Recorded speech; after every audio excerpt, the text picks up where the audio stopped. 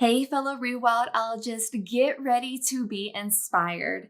Today, I am chatting with Judith Wanda, who is the International Relations Director and an assistant professor at the St. Augustine University of Tanzania. She has been through more than you can imagine. She was orphaned at a young age after losing both of her parents, and her brother found strength through education. Her surviving family members encouraged her to work hard in her studies so that she could be more than just a village girl. And that's exactly what she did.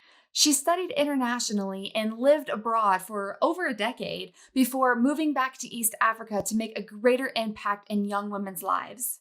She explains the importance of including women in conservation initiatives and explains what tourists can do to impact both themselves and local communities around the national parks around the world that they visit. Let me know what you think of this episode by hitting me up at rewildology.com. Also, remember to subscribe and review the show on your favorite streaming app. So now, let's get to the conversation with Judith Wanda. Hi, Judith. Oh my gosh. Thank you so much for coming on. I'm so excited that we're going to just really get deep into, what I experienced when I was there and then your whole life, because you were born in Kenya, correct? And then you are currently working in Tanzania. So just tell us more about your childhood. I know you have quite an interesting story. So tell us. Okay, my name is Judith Wanda. Uh, I'm a lecturer. I teach public relations and I teach mass communication courses. And I'm also doing my PhD in journalism and mass communication. So I was born and raised in the village when I lost my parents at the age of 4 and 11. My dad passed away when I was 4, mom passed away when I was 11. And then I went to the village because that's where my grandparents were residing and that's where they raised me from. We were left two of us, me and my brother, my elder brother. And of course, life in the village was not that life that any child would desire to have because, there are no resources. You walk few kilometers to look for water. You have to walk few meters or kilometer to look for firewood. You don't have even enough. How do I say? We didn't have electricity when you go to school. Morning there's no breakfast because you can't afford breakfast, you can't afford lunch. The only thing you can afford to eat is dinner. So basically my life was we would wake up in the morning, go to the farm to farm because farming was the only way our source of food, where our food would come from. And then you leave and go to school. And then during lunch hour, you'll just be at school. Because if you decide to come home, you still know there's nothing you're going to eat because grandparents could only afford one meal a day. So yeah, life was so tough. But as we went on, we used to actually have fun during harvesting time. There will be lunch or there will be breakfast at home. It's not a life that any child would desire to have. And what I can say, we managed to wither through. We managed to stay strong. Of course, I got a support of my good brother who kept telling me not to give up. And despite the fact that my grandparents never went to school, but they loved school a lot. And they would encourage me, like, whatever you're going through, don't give up. You will have a good life if you have good education. That's the only thing I would live to remember. So, of course, I worked hard. I used to be top in class. And I used to take part in debates. I always say my outspoken skills come from debates. I love taking part in debates. I used to be a leader in school. I was the class prefect. I became a head girl. The top head of the prefects in school. So at a very young age, I started learning leadership skills. Yeah. And then, of course, in Kenya, we study until class 8 for primary school education. And then when I finished my standard 8, I truly did not know how I'm going to go for my form 1 because my aunt was already supporting my brother. So it was not like a guarantee that she has to come and support me. So I stayed home, and lucky enough, my aunt took me in because she wanted to have some support at her place. So I went in to help her. But lo and behold, that was my breakthrough because then my uncle, who is my auntie's husband, he's just passed away. May his soul rest in peace. He's the one who now took on, and he really went his whole heart out, and he kept telling me, the only thing I will give you that I know your parents would have given you is education. So he paid for my O-level studies, took me to Malaysia for my studies. And in Malaysia, I did my first degree, which was a bachelor degree in journalism and mass communication with Curtin University, Australia. I was a transfer student. And then I continued with my master's, and I got a job. I was employed in Malaysia. So I decided while working, I will go in for my evening classes. So that's how I did my master's degree.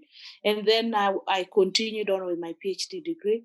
But after that, I moved back to Tanzania, now where I am at, and I decided to transfer my studies back in Tanzania.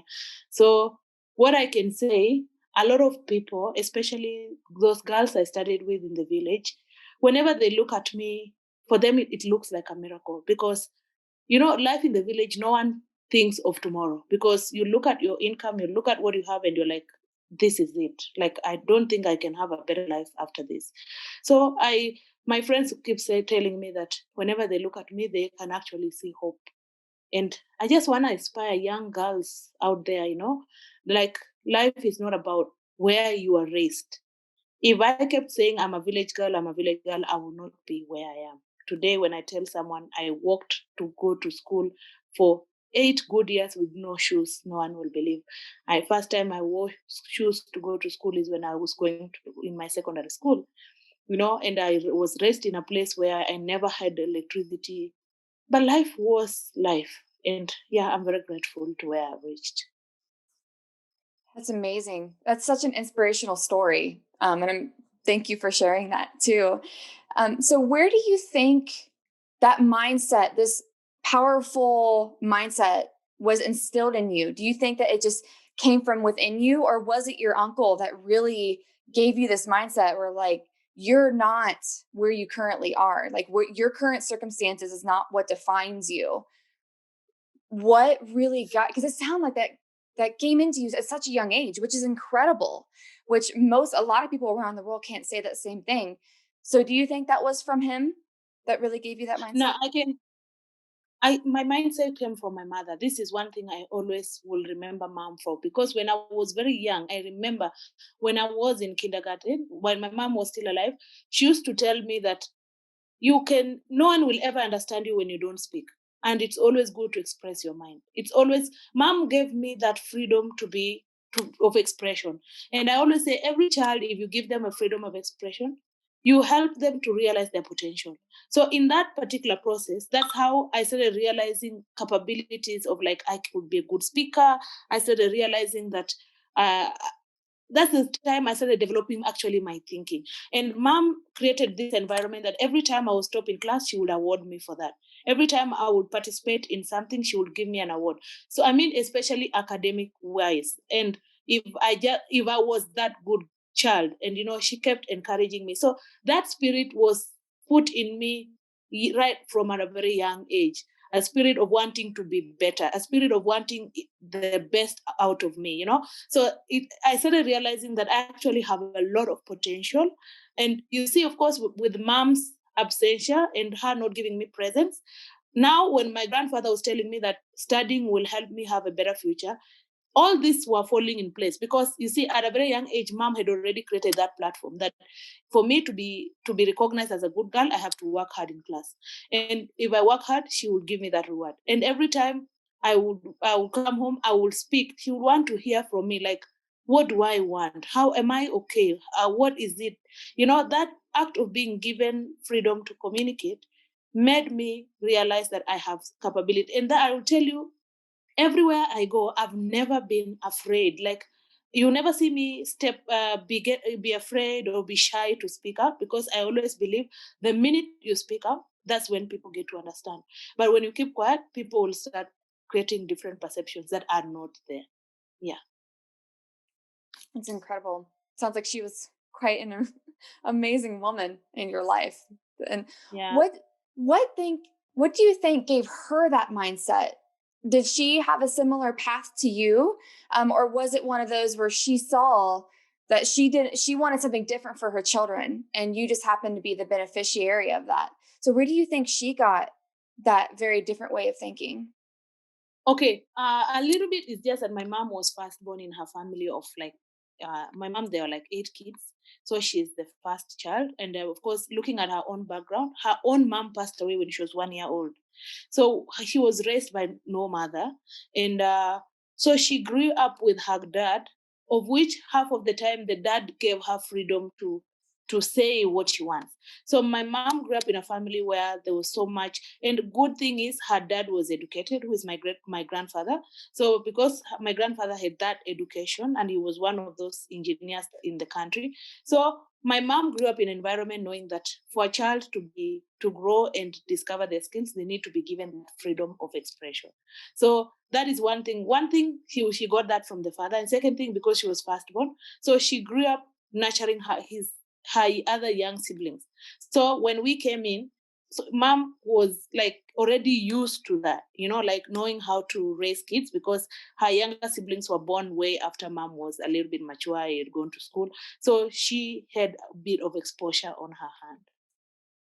Wow, that's pretty incredible. It sounds like you come from a long line of people that are trying to break this one particular mindset that it sounds like you see quite often around you, which that's incredible. So after that, so you went to Malaysia. Was that your first experience out of your home country? Yeah, I flew to Malaysia at an age of 19 years old. And that was the very first time I was living in Kenya. That was the very first time I was going to stay alone without under the leadership of a guardian or leadership of a parent. I was solely going to a country where I didn't know anyone. The only thing I knew is the name of the university and the course that I was going to.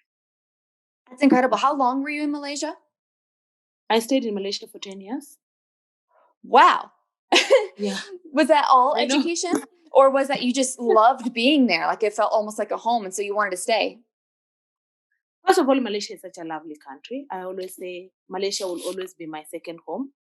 That is the place where I go to realize, like, of course, I knew I wanted to go into a public relation, mass communication career, but that's where I go to realize my potential. Therefore, that is a country where I did my first degree and then I did my second degree. I worked there for 7 years and started part of my PhD studies there. So Malaysia is a country where I connected with many people. I developed a strong network of friendship. I learned how to survive in different cultures, because you'll understand this is a country where there's Chinese, Indians, Malays. And I was one flexible person where I would travel to the village and celebrate Eid. I would go to the Indian table to celebrate their Hindu culture. I was there during Chinese New Year. I was all weather round, because I realized to learn people, you have to be just immersed into their culture. And I tell you, I learned a lot. I have so many friends. Today, if I say I'm going back to Malaysia, I don't even need to think where I'm going to sleep, because I have so many people who can accommodate me. I have a family. I went to church, I went to Buddhist temples, I went to different places. I celebrated Muslim holidays. And I was just, I mean, that was just home. And it's a place where, of course, when I left Malaysia, it's not because I had a pressure to leave Malaysia. But, one thing I will tell you is that I always had this desire that I needed to go home and be able to transform lives and be able to touch some young girls and boys. And especially my students today, when I talk to them, when I'm able to tell them that, look, being born and raised in the village will not make you die in the village, but it doesn't define where your future goes. And I share my own story. I tell you, a lot of people get encouraged. Many come to me and they're like, oh, I want to pursue my studies. And that's what I wanted. And I just want people to not lose hope and say, oh, this is what I have is enough. Because if I would have said it's enough, I wouldn't be where I Absolutely. You're just like am. the definition of striving to be the best person of yourself. Like you're such an amazing person, Judith. Quite honored to know you. Yeah. So it sounds like it was more of a calling that brought you back to Eastern Africa. Exactly. Yeah, it was more of a calling, not necessarily like you had to, or your time was up in Malaysia or anything like that. So what made you decide to come to Tanzania versus Kenya? Was it the opportunity, or what led that decision? Okay. Why Tanzania? For me, Tanzania has always been on my mind. One thing is because the level of exposure to a lot of young girls in Tanzania is a bit low compared to Kenya. You see, when you look at East Africa, Kenya, almost everyone is exposed to education. And leave alone education. The culture in Kenya is like you have to work hard. And like the versus the culture here, like here, a lot of women are meant to be moms, homemakers. Yeah. Finish education, the first thing they will think about is marriage. And then in my mind, I would be like, but these girls have a lot of potential, you know? So I realized that this is a country where people are so engrossed into culture that they don't have space or rather exposure to develop their own opportunity. And of course, with that desire, I got an opportunity to work with universities in Tanzania through various partnerships that I had while I was in Malaysia. And that's how one of the university gave me an offer to come and teach. And for me, I always say it was a blessing.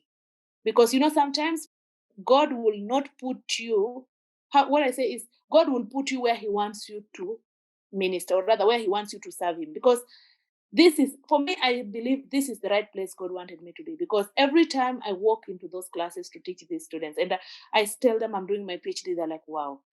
Just them looking at me at my age doing my PhD, they're like, I can do it. I did my 1-year certificate course when I arrived in Malaysia, and today I'm doing my PhD. These students are like, wow, we can also be the same thing. And I said, yes, you can be, you know? So it's not about, oh, I don't have money, I don't have opportunity. Because even if someone gives you money and you don't have that desire, it's not going to work. That's what I always tell them. So for me, this is the place I needed to be, because the culture here has built women to be mothers. That thing that a woman is not supposed to be overeducated, or a woman is not supposed to be top here. But I like that as time goes, the people are opening up. I do talk to a lot of parents too. And I always tell parents, you know what? Girls are now empowered. Having a girl child having a girl child doesn't mean that she cannot be a leader. Nowadays, we have a lot of women who are leaders. Yeah, so we shouldn't oppress these young girls with the word marriage, marriage, marriage, and they drop off their career, they drop off their desires in their rushing for marriage. Because for me, I'm not saying marriage is a bad thing, but I believe it's good for you to also pursue your career. It's good for you to be who you wanted to be, because at the end of the day, that's the life that you wanted to achieve. Yeah. Yeah, that's incredible. And what's really wonderful about you is you embody everything that you're saying. Like you didn't settle down. You went and you pursued your dreams. You traveled across the world.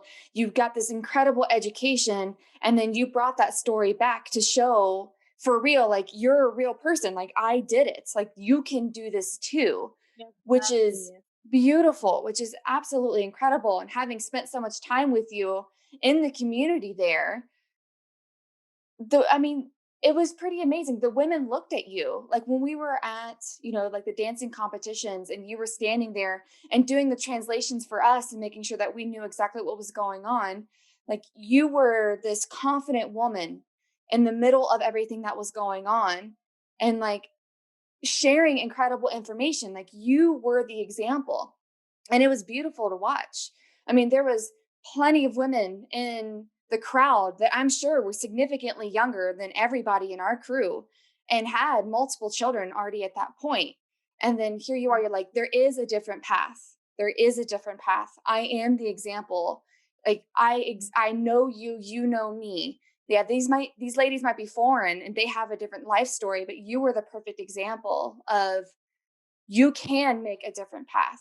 And I think that's why we just completely fell in love with you, because you're so inspirational. Thank you. Thank you. Yeah. Yes. I yeah, I mean what you're saying is true, because I've met a lot of women. I mean, mostly in the villages, and they're like, I would also want to be like you. I would want to, how do I say? I also want to speak English. And I'm like, yeah, the truth is I was in the village. We only used to speak in local vernacular language. Like I didn't even know how to speak proper English. But because I told yesterday my students, and they were laughing. I really used to love the journalist on BBC. Every time I would watch a TV, I get an opportunity to watch TV, and I see people in BBC speak English, and I'm like, that is me. That is the only thing I would say. I would say that is me. One day I will be doing this. And you see, today I'm not a journalist, but I teach students to be journalists. I've written my newspaper stories. I've worked a lot with journalists in different parts. So what I can say is that I have experience and I love what I do. For me, I never even get tired to teach. I walk to class and I teach this student and I feel like I've done something. It's not something that I struggle to do, but because it's something that I've always wanted to do. And I can tell you is that one thing, whenever I go even to these villages, when I work with these different, when went to the village to do this beehive stuff, it was just incredible because, as you said, it's true. It's not difficult for women in the village to relate to people who are from different countries, especially in a developed world. But when they look at me, who is like just like them, they are like, wow, we also want to be like you. But you know what? I feel so honored because I know they will encourage their daughters, yeah? Their moms, yes, but they will encourage their daughters, their sisters. They will tell them to work hard. And that's the spirit that I want to put in them. Yeah, and you're definitely doing it. There's no ifs, ands, or buts that you're not. Um, Mm. so when I was there, you shared some incredible stories of how you've actually brought in some young people into your home and really empowered them to make something of themselves and gave them a different, just path. Would you want to share a couple of those stories? I think they're quite incredible. And that is a story that I will always remember. This girl, the only thing she knew how to cook was rice and beans. And when I looked at her, I felt she's a very good cook. But the only thing that this girl doesn't have is like she doesn't have education and she doesn't have exposure. So I brought her into my house and I took her to school. I took her to a vocational school where she was trained into cooking. I so every time she would cook in school, she would come home and do the practical. I would be there with the teachers. We would teach her different things. And then she went in for her practicals. And today, after 9 months of being in class and doing practical, today she works in a hotel and she's one of the assistant chefs in hotel, one of the tourist hotel here. So for me, when I see people transform their lives like that, that is the amazing part. When I took her to school, it's not that I had money. I actually didn't have money. But what was inside me is I had a desire of seeing this girl become someone better because her potential was in cooking. She had that potential in cooking, but she needed someone to help her realize how to make it more better and for her to better her life. That reminded me of my very own life. I had a potential in broadcasting, but I just needed someone to empower me to go to school in order to nurture those skills to become a reality. And that's why I say my uncle worked hard to make me who I am, and I really am grateful that I made an impact to this girl. It's not about the money, it's not about staying with her, but it's about who she is now. Yeah, she's someone who can cook. You can imagine a person who only knew how to cook rice and beans, and today now she's become a good baker. She works in a big hotel. Truly, that is the kind of a society we want. This is a girl who, if we didn't pick her skills at that age or at that stage, today she will just be living a miserable life and not realizing that she has a lot of potential in her, especially when it comes into culinary area. So that is my greatest desire, just to pick up skills, especially in women. A lot of women have skills. There are women who are good in braiding hair, for example. You saw people could braid hair. There are women who are good in tailoring. There are women who are good in embroidery, like they can do different stuff. They can do artworks. But the thing is that a lot of them, they don't have the knowledge and the skills how to transform these god-given talents into tangible products that can give them an income. Yeah. uh, and that's why I always say that if they are empowered, empowering someone is, it's you teaching them. Because like you see this girl, when I sent her to this vocational school, it was not just about cooking, but she was even taught how do you turn food into a product that can give you some sort of income. Yeah, that can give you some sort of profit. And she was taught the skills and the knowledge that she needed to put it as a whole package. So that's what they actually need. Yeah. So for me, at least that is one. And then I went further. I took in one boy. After the girl, I took in the boy. I sent him to our vocational school. And this time round, he did electricity and plumbing. And he loved doing electricity stuff, and now he's now there working, doing, he's back in the village, he's having his own place that he does this electricity, he fixes things for people, and now he has become a resource. Yeah, that's incredible. And like, and that was just out of your own big heart. Like, no one told you had to do that. These weren't necessarily like family members that you had to take in or anything. This is just who you are. And I'm really glad and thank you for sharing those stories, because I think it just goes to show just the kind of heart you have. It goes beyond that. Like, you didn't have to do either of those, which is really incredible. So so you are a professor, right? Like, so you No, teach in university. yes, yes. Oh, yeah, you guys will call them professor. Here we call them like. Oh, nice. Yeah, yeah. So what exactly is it that you teach? I teach public relations, mass communication courses. Perfect. Yeah, that's wonderful. So what exactly do you review with your students? So what are like some of the big takeaways or in your lectures, like what exactly are you teaching them? I teach students how to develop stories from a real ongoing issue. Like, for example, we have girls, let me give an example. Like, currently we have challenges of a lot of young girls becoming pregnant. Yeah. And they're becoming pregnant because they don't have that knowledge about pregnancy. They don't have that knowledge about challenges of raising a kid. So, like, they cannot speak out for themselves.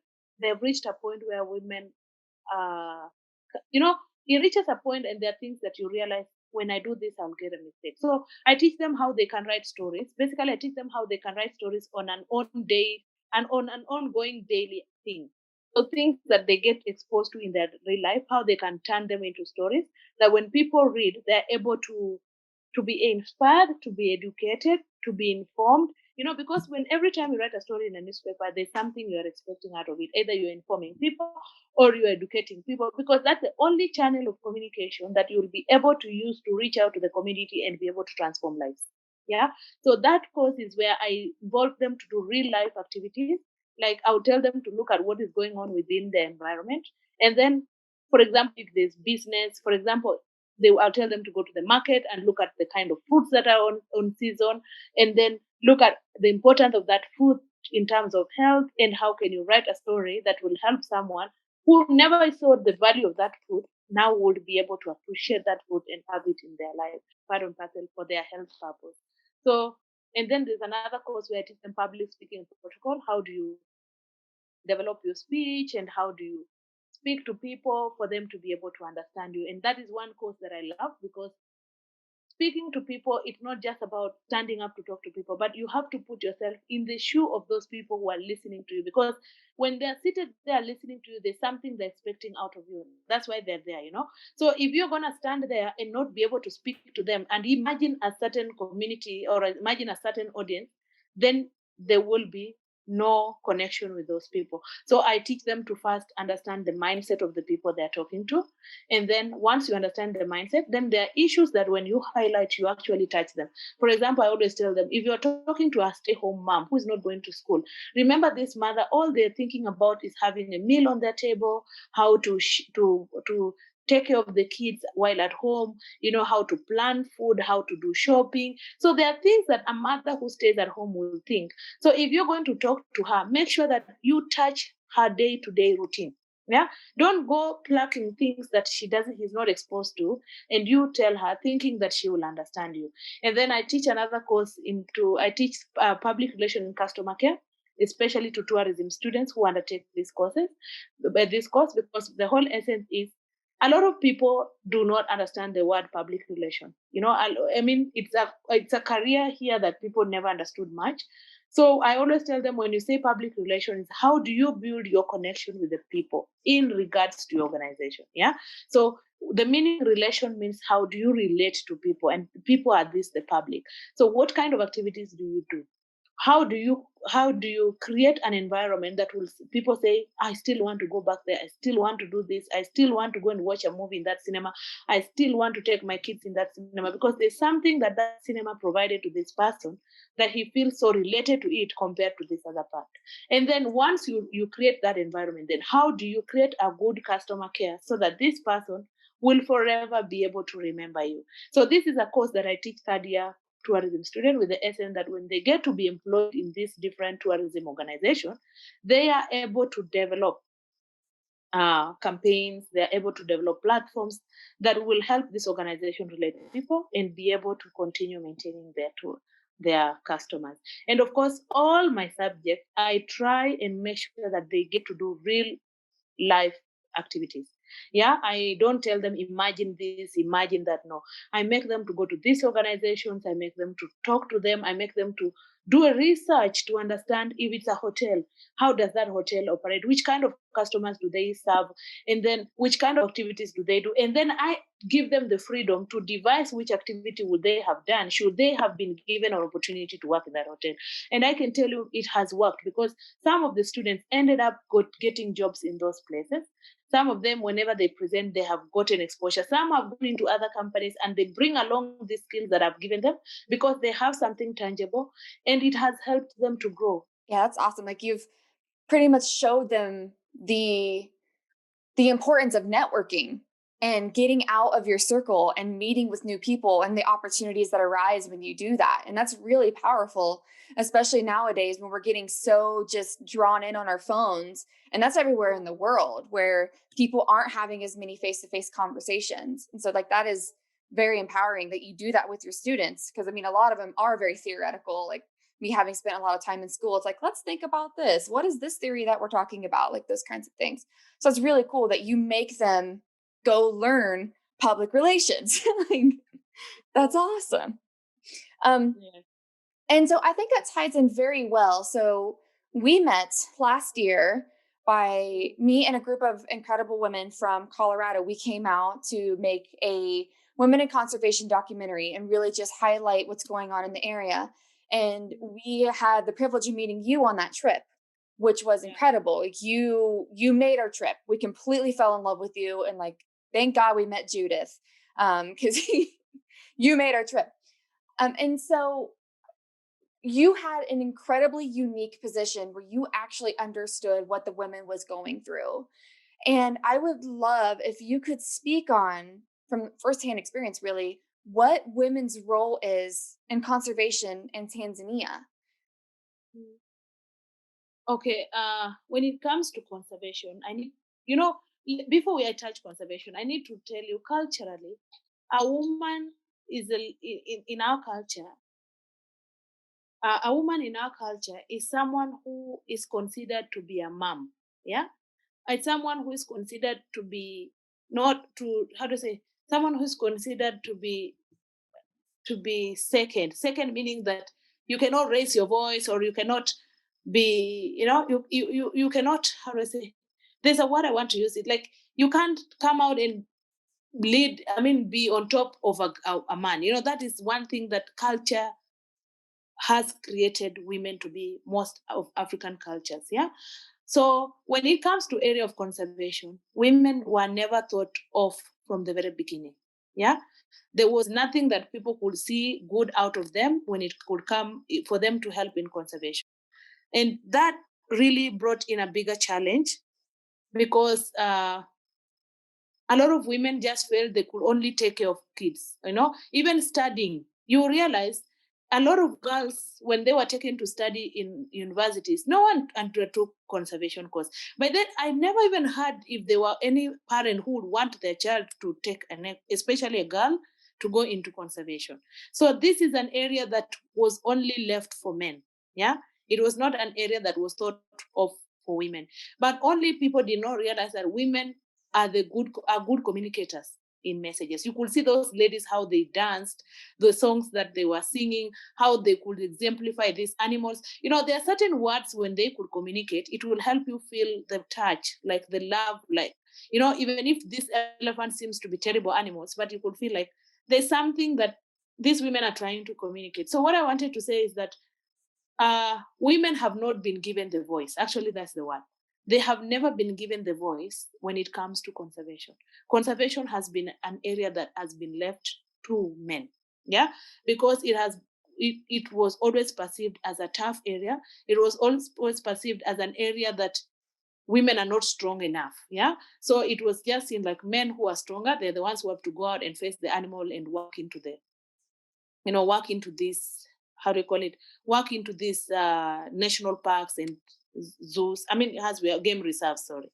So it's a very young area, but it's an area that if women are given a lot of exposure and they're given a lot of skills, they can communicate. For example, women are very good in tailoring.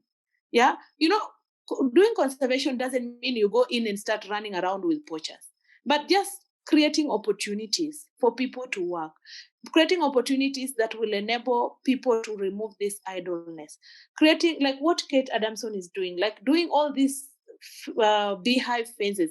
I tell you, this project we just did few months down the line, they are already having bees. They're now doing bee farming. Elephants are not crossing there anymore. So you see this community and women, I tell you, in all those communities, the biggest percentage of people who we were with were women. And it showed that women can even fix a beehive fence. It didn't have to be men. So this is one thing I can tell you. Nowadays, when it comes to conservation, women are fully aware and fully they are very ready to participate. So one thing I realized from the small exposure that I've had with these communities that I've gone into, that nowadays there's nothing about men and women. There's nothing about this is for men and this is for women. Everyone is ready to participate, and women, they are very cooperative, because at the end of the day, they also know that conservation affects them. It not only affects the men, but it also affects them, because if their farm is destroyed, mom will not have food to put on the table. And you see, when dad goes out, how will mom be able to survive? That kind of thing. So it's a win-win situation. That's wonderful. And Mhm. how does someone get into these communities to learn what they need and be able to create these conservation projects? I know that you're really good at this, and we've talked a lot about it. So, from your experience, what is the best way to get conservation on the ground? Okay, you mean how do we get to involve women in conservation, right? Yeah, yeah. For me, how do we get to involve women here in conservation? It's by first of all realizing their potential. Like every community, a lot of women have a lot of activities that they're doing. For example, there are those women, the women who are good in tailoring, as I said. The women who are good in art. There are women who are good in singing and dancing. There are women who are good into cultural tourism, where you could go and stay into those communities, especially homestays. They could teach you. There are women who are good in teaching you how to, cultural values, how to get part, to be involved into farming, how to do a lot of activities down into this village. There are women who can nowadays, they can even create their own soaps. Yeah. So what I can say, and they now also, and every mom has a child, and every a lot of kids in the village, they are very talented. So for me, I always say, if you want to empower a mother, you have to start with the child. So if there are different activities that both mom and mothers and kids can take part, that will be the right way. Because when you are able to empower them to develop their talents and to realize their potential, they can now turn it into a product. And once they turn it into a product, it will be a source of income. And once they have a source of income with them, they're able to grow. They're able to now do more activities. They're able to expand their area of comfort and be able to grow economically and financially. First, need to understand every community have their own how do I say, like there are communities who are into farming, there are communities who are into fishing, there are communities who are into different types of economic activities. So you have to turn these economic activities that they're exposed to with their skills, and then together it becomes a package. And this package, when you train them, it turns into a commodity that they can bring to the market and be able to generate an income to them. Because like you remember those women who are dancing, dancing itself is a cultural tourism. But how do you package it so that for them they can realize the potential? Because it's not just dancing for people to entertain them, but they're dancing because they're able to to generate an income out of it. And that is money that will help them to educate their kids, to be able to support them to go to school, to be able to support them to go into artwork, into art, into different types of activities that they will want them to get into. Yeah. Yeah, that's wonderful. And I know that because we were specifically when we were all there, really heavily interested in the communities that are surrounding the national parks because Yeah. those communities, I mean, they deal with a lot. I mean, just having some big, devastating animals around can really cause a lot of damage should something happen. So, in those particular communities, is there anything different that needs to be done? Like, how are the women really brought into the conversation for those type of areas? Okay, you mean that how are they involved into conservation? Is because they face it. You know, the farms that are being affected is their own farms, and half of the time because their men have left to go to town to look for jobs, they're the ones who are left at home to do farming and to be able to use whatever little farm harvest that they have to feed for the family. So you see, when they have done their farming activity and then elephant comes and destroys, then they're left with nothing, you know. So they're the ones who suffer the most. And because they're the ones who suffer the most, they need an alternative source of income that can help them to cater for for what they are doing. Like when you have those beehive fences, and now that the elephant cannot cross to go into their farm, you see, at the same time they will be waiting for their crops to grow and then harvest. But on the other side, they will have their beehives. I mean, their bees, they are growing and then getting their honey, packaging them and being able to sell. And then they can brand that honey into the name, brand that honey in their community name and be able to promote their community in return, you know? And that community can be an attraction as a source of tourism attraction because people would want to go. People would want to see, like, these people are doing bee farming. How are they doing it? How special is it? And how is it helping them? In return, you realize that you're just creating a chain of source of income without having to use too much energy and struggle. Yeah, that's wonderful. Yeah, like Mhm. with us seeing, I mean, because when we were there, I mean, we saw the devastation. Just one area of elephant overpopulation could really devastate a local community. And then what incentive do they have to protect the wildlife when it's literally destroying their life? And Exactly. that was very insightful just being there. It's like, oh, how could you want to kill an elephant? It's like, well, I've never had an elephant destroy my home. Like, Mhm. who am I to say what it's like to live with these animals? And Mhm. bringing in the women in the conversation, which you've done an amazing job of, I think really helps bring it to perspective and bring it to light for everybody to really put it in perspective what it's actually like living around these national parks that we love visiting so much as tourists. Like, we actually got to see the communities that are around these national parks. When you're usually just a tourist, you don't see those. You just go into the park and see the incredible wildlife, which is amazing that it's even there. And to see what people have to struggle through to live near them. I mean, it was amazing. It was very eye opening for sure. Um, Yeah. yeah. So, on that note, for anyone who is a tourist that's coming to Tanzania or visiting the area, is there anything that they should know before they come or they should keep in mind? Or what advice or knowledge do you want to share with any tourists that are coming to the area? You know, a lot of tourists, when they come to Tanzania, they want to go to national parks. But one thing I will decide is at least they should visit these villages. They should visit these communities. Visiting the communities will give them a lot of exposure, will give them a chance to understand how people live. You know, just understanding how people live will really help you to appreciate life. You know, you'll appreciate life even in your own environment when you get back home in your own country. And then another thing is it will help for them to be able to know the struggle, like, as much as these people, you know, for me, I always say animals don't plan to destroy, but you see, that is their nature. That for them, they believe everywhere they are, it's their habitat, but they're just doing it because it's part and parcel of the area that they are crossing.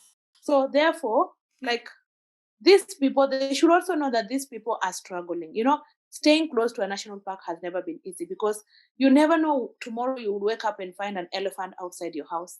You never know, tomorrow you'll wake up, your trees all are gone. It's like every day you're doing something and you get back to square zero. So I would love to urge tourists when they visit Tanzania, you don't just go to the national park. You should also do what? You should also go to those communities that are near national parks. Talk to them, hear what they want to say. It's so interesting. Some of them they know much better about their animals than we think that we have gotten all the information when we visit the national park. So when you talk to the community, because a lot of people have been there long before these national parks were created. Yeah. So that is where I'm urging people to go to the communities. They will learn a lot. And how would you recommend that maybe if a tourist is a little Yeah. nervous or apprehensive to go into a community they don't know, Mm. how do you think that they should go about that? Should they partner with a tour company? Should they just go for it? Should they try to make connections? Like, how No, does a tourist from the area, not from the area, come in and get to know a community? whatever tour company that they're planning with, they should request them to have an add-on to visit any nearby community to any national park that they planned to go, because that is where they're going to learn quite a lot. Like when we went to Nyerere, when we stayed with the villages, when we visited those villages, we learned a lot. We learned the history of the animal, with the history of the national park, things that you should do, what you should not do. So you see, there was quite a lot that the villagers had, and we realized their economic activities, like they plant rice, they plant sunflower. They can also teach you even how to do all these farming activities. So they should plan with their tour operators, or whatever tour companies that they're working with, to also go and visit this community to learn. For me, I can say this because I have had that exposure when I was in Malaysia. When I used to go down to the communities, that's where I would learn a lot about people and culture. What you read in books is not enough. Some of these things are not documented in the book. Some of these things you have to live and experience them by yourself. And then that is the best you teacher ever, when you experience it. Completely agree. There's nothing better than just going and meeting and connecting with people you don't know. It's really some of the best experiences I know that I've ever had. Which I mean, like I got to meet you. Like, come on. I love calling you my friend now. Oh, that's Sure, great. yeah. Yeah.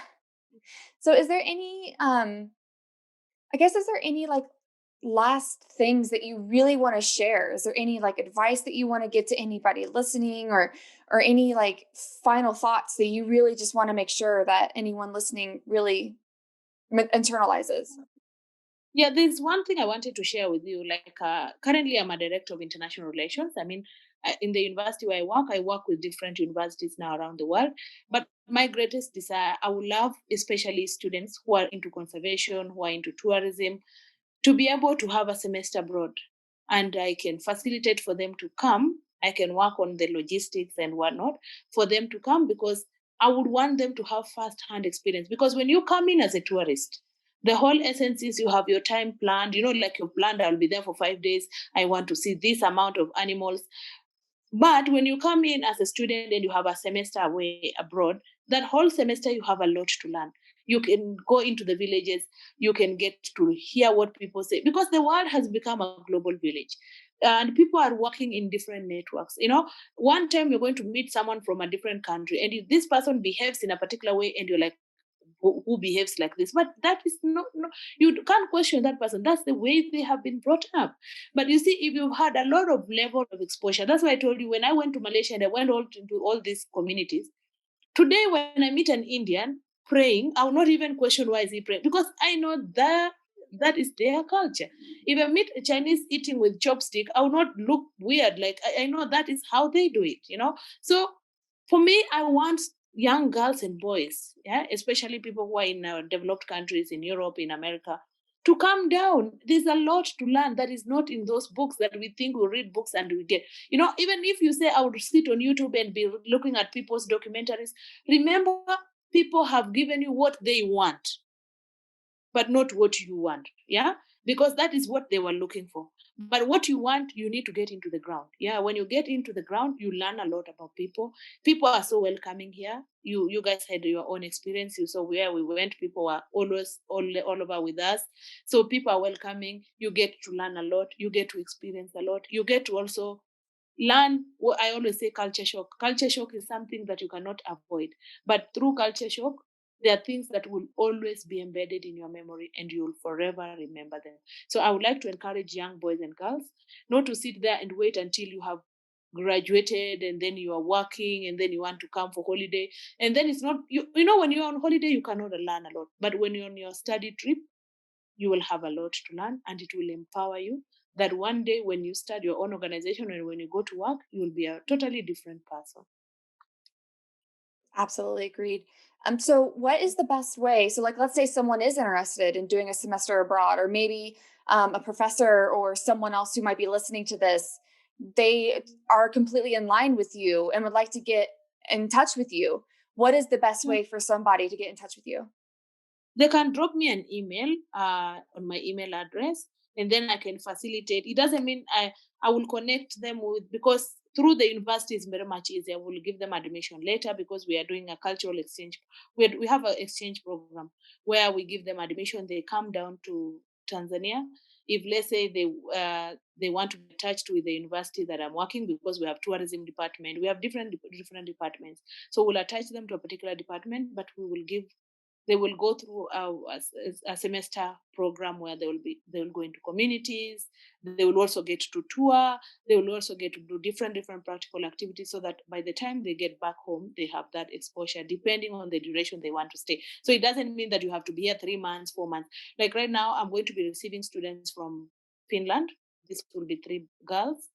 They are coming down to do their semester abroad with us, but they, while they're studying, there are some courses they're going to undertake here in Tanzania. They want to understand them from the African context or perspective, but at the same time they get to use that opportunity to travel, to learn, and to be immersed into the community. Yeah, they That's just awesome. drop me an email and I'll help to facilitate. I mean, I don't mind, even if it doesn't have to be my university, I will always connect them to that place. Even if they're medical students. I've met a medical student from Holland, I think. She came because Holland, they don't have malaria. So she came down to study malaria. But while studying malaria, she went down to another community where they stayed there. That's wonderful. That's wonderful. Yeah. Great. And yeah, so if anybody reaches out, then I'll just make sure they get in touch with you on Sure. how to, My yeah, email. how to get a hold of you. That'd be great. All right, Judith. Well, this was great. I mean, that's really all the questions I had. And if there's nothing else that you want to share, then I'm Yeah. fine wrapping this episode up. Thanks. Thank you for thinking about me, and thank you for allowing me to talk to my young fellow girls and women around the world. Wonderful. Thanks, Judith. You're amazing. Hey, thanks again for listening to this episode of Rewildology. If you like what you heard, hit that subscribe button to never miss a future episode. Do you have a cool environmental organization, travel story, or research that you'd like to share? Let me know at rewildology.com. Until next time, friends, together we will rewild the planet.